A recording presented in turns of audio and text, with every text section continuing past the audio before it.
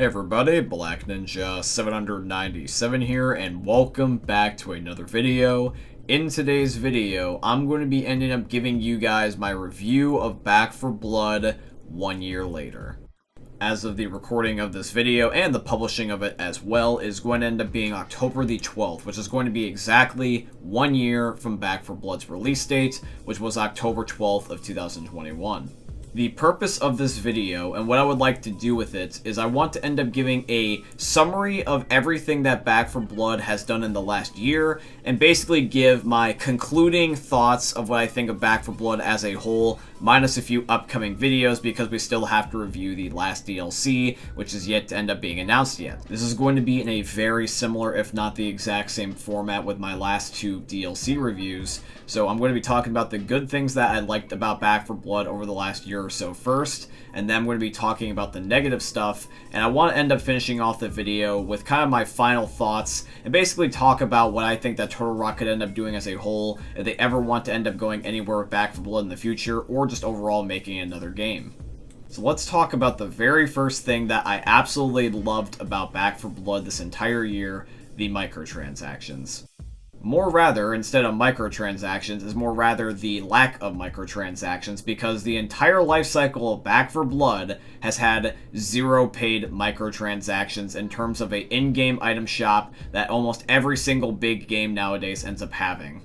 Turtle Rock has made a promise to us, and they said that they will never add microtransactions to Back 4 Blood ever. And as of right now, with the recording of this video, that statement holds true, and the only thing that costs additional money outside the base game is going to end up being the season pass, so you can play the DLC. But it doesn't even really matter that the DLC costs money anyways, because you can get it for free as long as you're playing with somebody that ends up having the DLC on their account. So as long as you have one single friend that owns the DLC, as long as you're playing with them, you get it for free too.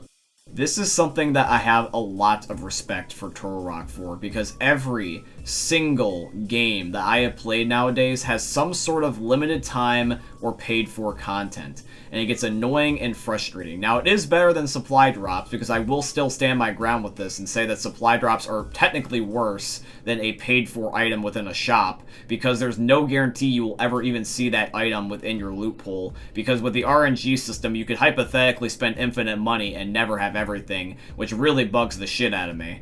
With Back 4 Blood, there is really little to no complaints that I have with its DLC model. Now, the DLC doesn't come out as quickly as I would like it to, but that's going to be something that's talked about later on in the video. But for the base DLC as a whole, I have really no complaints with it. It is a very solid batch of DLC every time that they release it. The DLC is always earnable no matter what, and the DLC does not cost you additional money. This is, without a doubt, one of the most consumer-friendly games I've seen in a long time, because many games don't do this anymore, where they end up allowing you to basically get everything for free. It's very reassuring to know that I will always be able to go back onto this game whenever I want to and earn everything. Now, within the same vein, let's switch over to the DLC itself. I reviewed Back 4 Blood's DLC packs individually over the last several months. The first DLC and the second DLC. The third DLC I intend to do the same, but is yet to release, so I'm only going to talk about the first two. Now, even though the base Back 4 Blood game is a very good product, what about the DLC? Is the DLC worth your money? And when it comes to the DLC, what I can tell you, in my experience, is yes. DLC 1 and DLC 2, and even the mini DLCs that were not even a part of the map packs, the DLCs for Back 4 Blood have been thoroughly enjoyable and always end up making the game better. The last thing that anybody wants to have with their DLC is filler. Nobody wants to end up having stuff that they're never going to end up earning themselves. Sure, it's in the game and you could end up earning something or buying something, but when was the last time you ever had a game where you can definitively say, yeah, I would actually go for everything that they would ever offer, regardless if it costs money or not? There's only so many games out there that I have ever ended up playing 100%, where I got everything within the game, regardless if it costs money or not. and Back 4 Blood, there's nothing in the game that I wouldn't earn. Then the final thing that I would like to talk about when it comes to Back 4 Blood is not even going to be exactly about Back 4 Blood itself per se, but more rather the people behind the game, which is going to end up being Turtle Rock themselves. It's one thing to handle the game, but it's also another thing completely to end up handling your community. Every time that I see Turtle Rock when I'm on social media, they are always positive, they are always nice, and they are always very, very passionate. They love what they do, they love the community that they have, they are just always so happy-go-lucky, and you don't see a lot of that childhood-like innocence anymore. It's one of those things that when you see it, you want that. It's addictive. You want to be around that positive energy. I've never seen a problem with Turtle Rock ever getting canceled or threatened or just something negative and something on such a severe and drastic scale that you can sometimes see with these other bigger companies such as like EA or Activision. Never have seen that with Turtle Rock, and I never expect to. I do know about Turtle Rock's past. I also understand that there is a possibility that there might be some private underlying details, and who knows, maybe this will age very poorly, who knows. But when it comes to Turtle Rock, as of right now, within this moment, they have never done something that I would say is unforgivable or unredeemable, and at the end of the day, they are just people, and it seems like that they want to end up putting their best foot forward going into the future.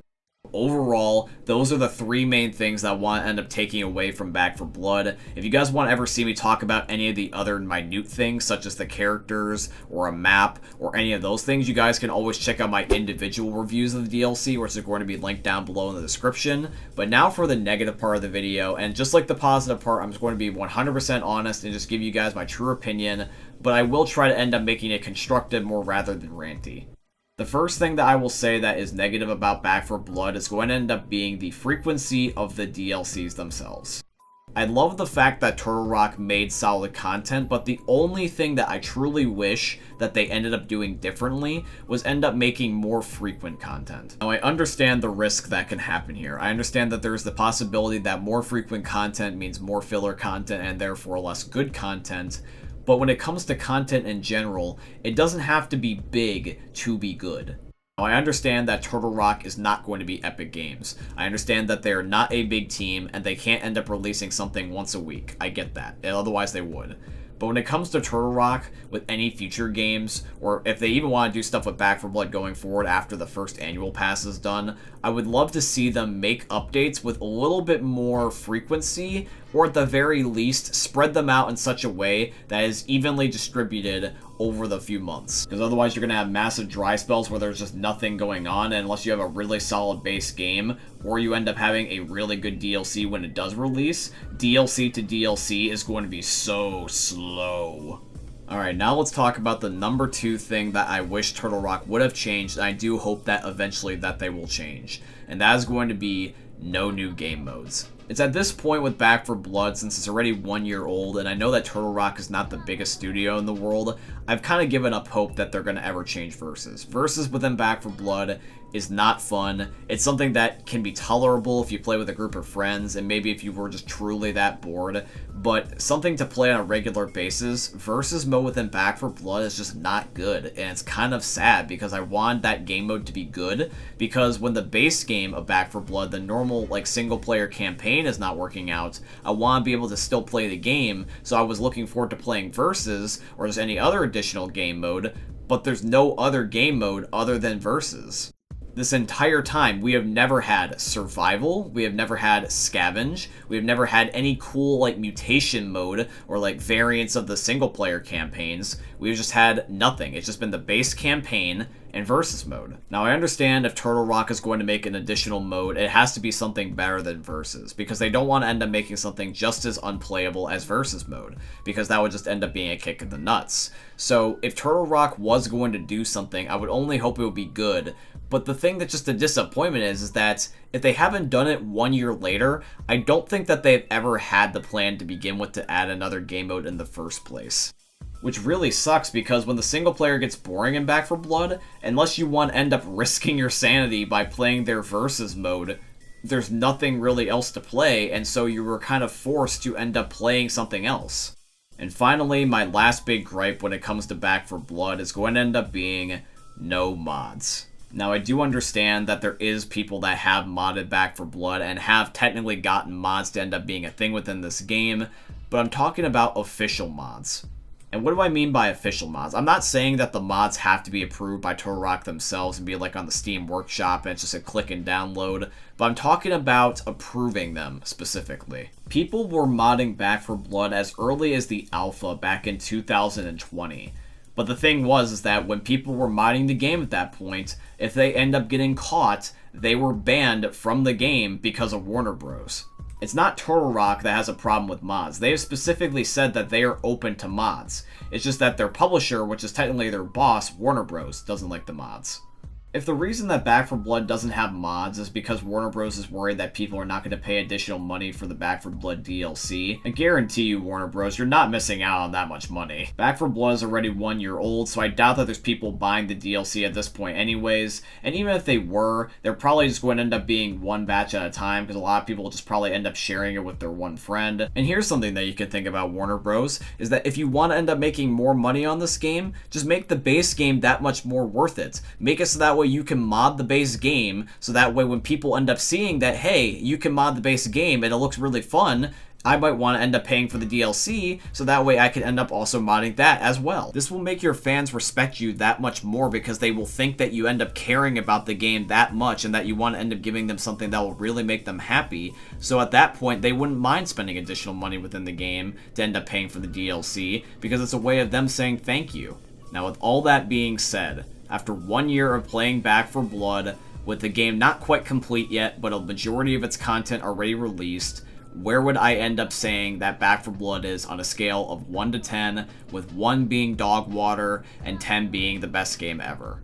As of where Back 4 Blood stands right now, I will give the game a solid 7 out of 10. Basically saying that the game is not quite the best game ever, and it has a long way to go still, but is a lot more solid than some other games that I've seen out there, and it's definitely above average. But yeah, guys, that is going to end up being my review of Back 4 Blood 1 year later, and I do truly hope you ended up enjoying. Please let me know in the comment section down below, what have you thought about Back 4 Blood over this last year? Have you fallen out of favor with the game and don't enjoy it anymore? Have you ended up playing the game recently because you dropped it originally but you thought the game has gotten better? Or have you played the game the entire year through and you think it's one of your favorite games of all time? Let me know via the comment section down below, and if you've enjoyed, please leave a like and subscribe. And finally, guys, I just wanted to mention here at the end, if you would like to financially support the channel and allow me to be able to grow my content even further, just like Turtle Rock, I would tremendously appreciate if you guys could end up doing one of the following. I would really appreciate if you guys could check out my Patreon, which is going to be linked down below in the YouTube video description. I would also really appreciate if you guys could use supporter creator code BlackNinja797 in all caps in the Fortnite and Epic Games item shops, because Epic's my very first sponsor and they are sponsoring today's video, so shout out to Epic Games.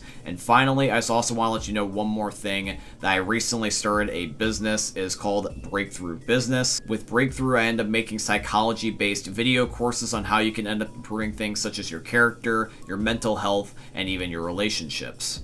All this additional content is going to be available at mastermind.com, and already within mastermind.com, I end up having my very first course, and that very first course is going to end up being called the Courageous Man Blueprint: How to Achieve Unbreakable Confidence for Young Men. Wanted to make a course that was something real and something that would end up being able to end up serving you guys at the highest level possible. So if you believe that you or somebody you know would end up getting value out of this course, please definitely check it out via the link down below in the description. But with all that being said, guys, I hope you end up enjoying today's video, and I hope you end up enjoying seeing another YouTube video from the most unique YouTubers you're ever going to see. Thanks for watching, guys. I love all of you, and peace out.